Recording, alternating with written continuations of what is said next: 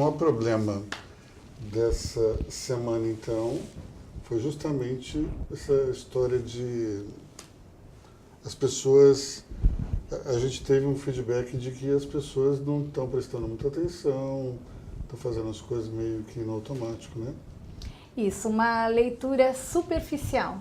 E aí os trabalhos, quando compartilhados com uma leitura superficial e uma falta de revisão, elas vão gerando trabalho duplo para quem não iniciou o processo com atenção e para quem recebe na medida que você perde um tempo e recebe algo que não tem como dar continuidade. É um problema de comprometimento ou de geração?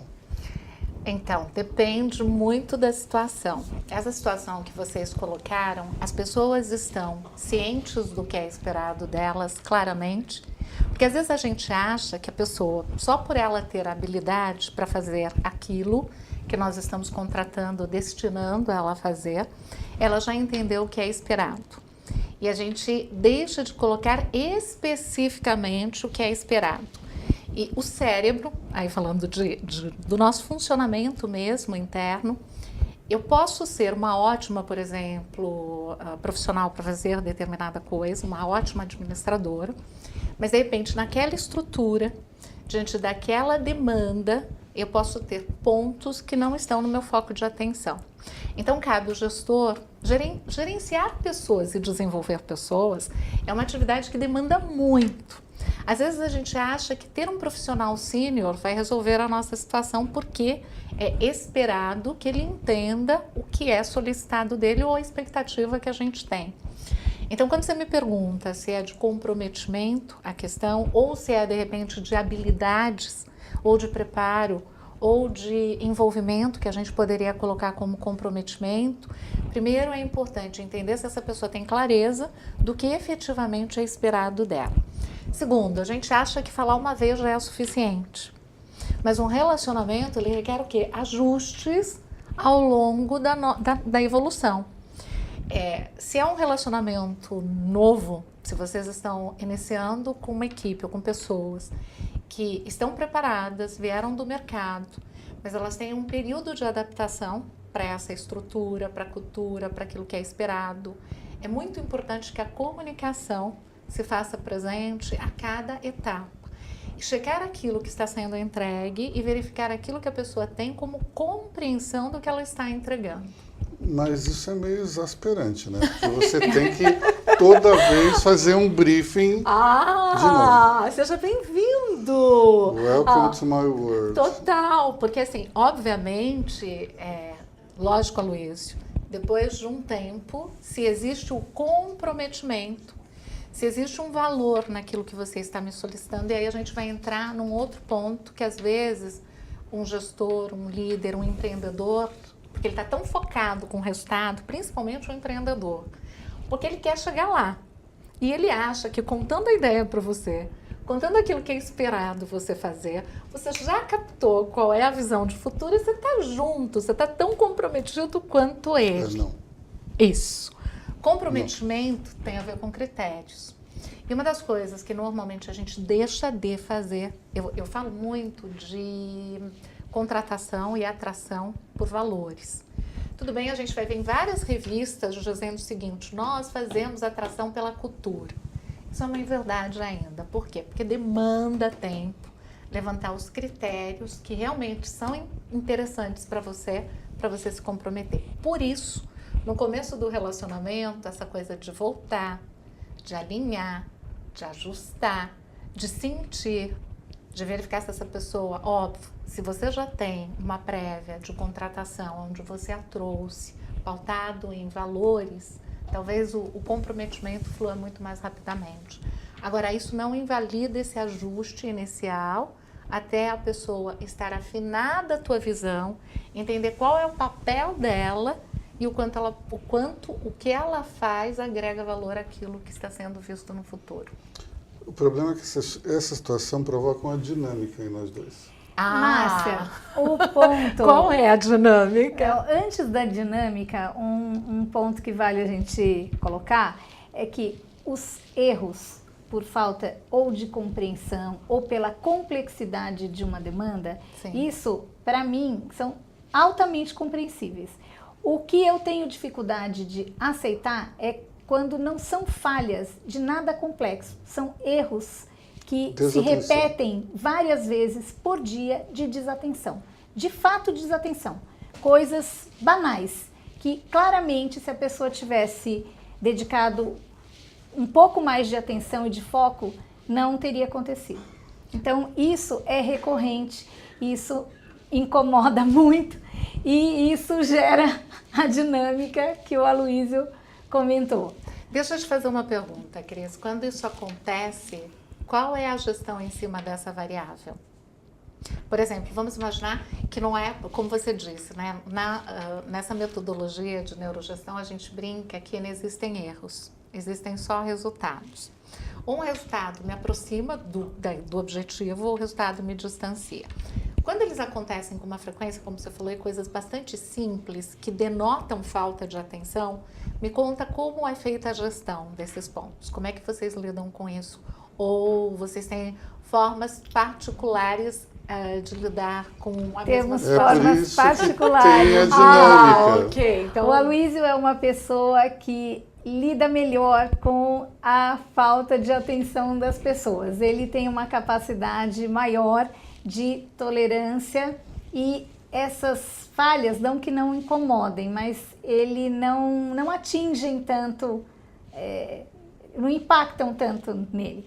Para mim, me impacta bastante, bem mais do que para ele. Me irrita, né? Porque eu acho que as pessoas têm que ter um pouco mais de foco. É o que eu falo, se você não prestar atenção numa decisão, alguma coisa relativa à sua conta do seu banco, um contrato que você assinar, você pode perder tudo que você tem. Óbvio. Né? E se esse tudo for pouco, vai ser pior ainda. Porque você não leu, não prestou atenção e num cantinho ali tinha algo de fato relevante. Então, é por isso que eu insisto, eu falo, é chato, é muito ruim você ficar chamando atenção pela mesma razão, né? Multiplicada várias vezes, é ruim, você sente uma sensação muito ruim, né? Com certeza. Os dois lados sentem. Com certeza. Só que aí a minha pergunta é, como a gente vence isso e cultiva na mente dessas pessoas, principalmente das mais jovens, de que é importante ter foco, é importante revisar o que faz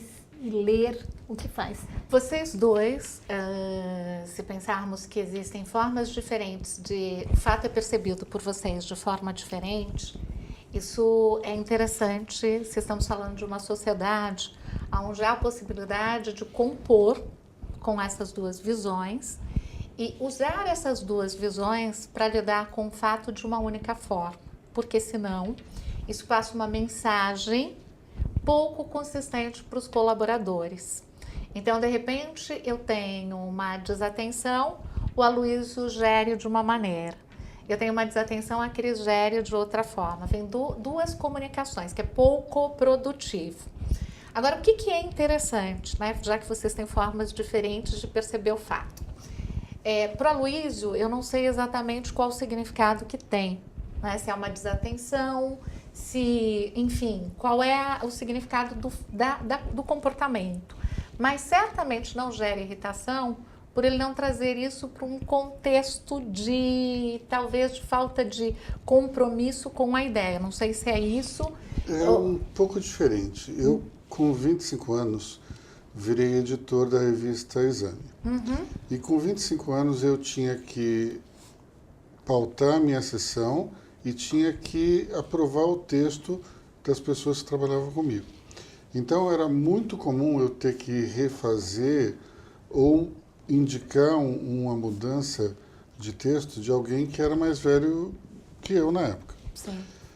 Isso é uma coisa muito complicada, porque é um exercício de paciência full time. Exato. Nós achamos erroneamente que se a pessoa vai para a escola de jornalismo e se ela se forma jornalista, ela tem um bom texto. Isso não é verdade necessariamente. Perfeito. Então, durante muito tempo, eu tive que ajudar os outros a dar uma acertada no texto, assim como, de alguma maneira, me ajudaram também. Mas a questão tem pessoas que vão para o processo de trabalho sem essa capacidade. E veja só, talvez isso não seja ruim, porque há pessoas incríveis no jornalismo de televisão que não sabem escrever. Então, dentro do jornalismo, você tem que saber escolher se você quer ser um editor, um repórter, um redator, um diretor de redação. Cada um precisa de uma habilidade específica. E durante esse tempo que eu me tornei editor, eu desenvolvi uma certa paciência que ela não tem. Então, eu lido com o erro alheio de uma outra maneira. Perfeito. Só que a gente, com essa dinâmica diferente, eu tendo a ficar irritado porque ela fica irritada. Sim, isso vai gerando um sistema, uma âncora sistêmica que a gente Então, diz, uma emoção vai influenciando. Se eu tivesse um pouco mais, se eu tenho um pouco mais de flexibilidade, eu acabo não tendo, porque a irritação dela vai me puxando. Isso. E a irritação faz uma coisa muito interessante na equipe. Ela gera improdutividade. Por quê? Porque é uma emoção, que é uma emoção desmedida, não que ela não tenha razão. Quer dizer, você gostaria de ter a entrega da atividade o mais eficaz, o mais eficiente possível. E não aconteceu. Então, existe um desconforto. Agora, como transformar essa irritação em material útil? Né? A gente tem a paciência, que pode ajudar, junto com a demanda de querer imprimir um ritmo e uma resposta rápida por parte dessas pessoas. Então, a gente tem algumas possibilidades. Primeiro, se isso é recorrente, pode ser que essa pessoa não tenha habilidade para fazer, por mais simples que seja para nós três aqui, ou para todo mundo que a gente pergunte aqui, isso é simples? É muito simples. Você esperar da pessoa aquilo que ela pode te entregar. Ou aquilo que você enxerga. Porque o que é simples pra gente pode ser altamente complexo para o outro. O que é complexo pra gente pode ser muito easy pro outro, muito simples pro outro. Então, vale aqui a gente parar e pensar o seguinte. Vamos investigar se essa pessoa realmente ela tem as habilidades. É o primeiro passo. Segundo, se faz sentido ela dedicar o tempo para fazer aquilo. A gente até falava dos jovens profissionais ou jovens talentos. Se eu deixar de contar a história, do impacto que tem ele prestar atenção numa planilha, por exemplo, o impacto que tem para o todo, pode ser que ele se desmotive rapidamente, porque aquilo é chato, sim, aquilo é pequenininho, aquilo parece irrelevante. Então, cabe a nós, que estamos lá fazendo a gestão, o empreendedor, o inspirador, mostrar para ele que aquilo tem uma conexão com algo maior. E aquilo gera, quando não entregue da maneira devida, horas de retrabalho, ou pior, desqualifica tudo que ele pode fazer ou parte do que ele faz. Então, comprometê-lo significa dizer o que eu espero e ter um limite. Se isso deixa de acontecer, talvez a nossa relação profissional passe também por uma modificação, que é um outro aspecto que às vezes as pessoas têm muitos pudores para falar. Então, se a gente negocia e clarifica, fica muito simples, até para a própria pessoa e o próprio profissional, dizer o seguinte: acho que eu não sou habilitado para isso que você deseja. Talvez você careça de um outro profissional. E que pode ser muito útil, porque horas de irritação faz pouco bem para o negócio, pouco bem para vocês, enquanto pessoa física, na vida de vocês. Levar uma irritação do trabalho porque alguém não entregou, porque alguém não fez um boleto, é muito pequeno diante de tudo que é importante ser feito. Então, primeiro é verificar se a pessoa tem habilitação para fazer aquilo. Primeiro de tudo, se ela está afinada com a proposta de vocês, se ela vê valor na proposta. Segundo, se ela tem habilidades. Terceiro, a cada fato, ou a cada falha, ou a cada não entrega, verificar o que está acontecendo e se ela consegue perceber ou recapitular a importância que isso tem no todo. E criar um limite. O que é um limite? Olha, se você deixa de entregar isso, talvez a nossa relação passe por uma transformação. Fica pouco interessante mantermos essa relação. Tanto para você, porque é horrível um profissional estar numa estrutura onde ele não consegue atingir a excelência. E é horrível para o contratante também.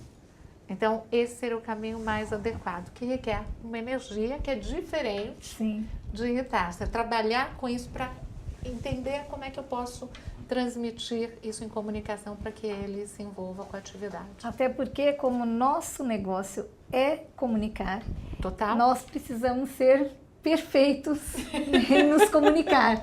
Uma empresa de comunicação não pode não ler, não pode escrever mal. É um ativo, é o principal Importante. ativo.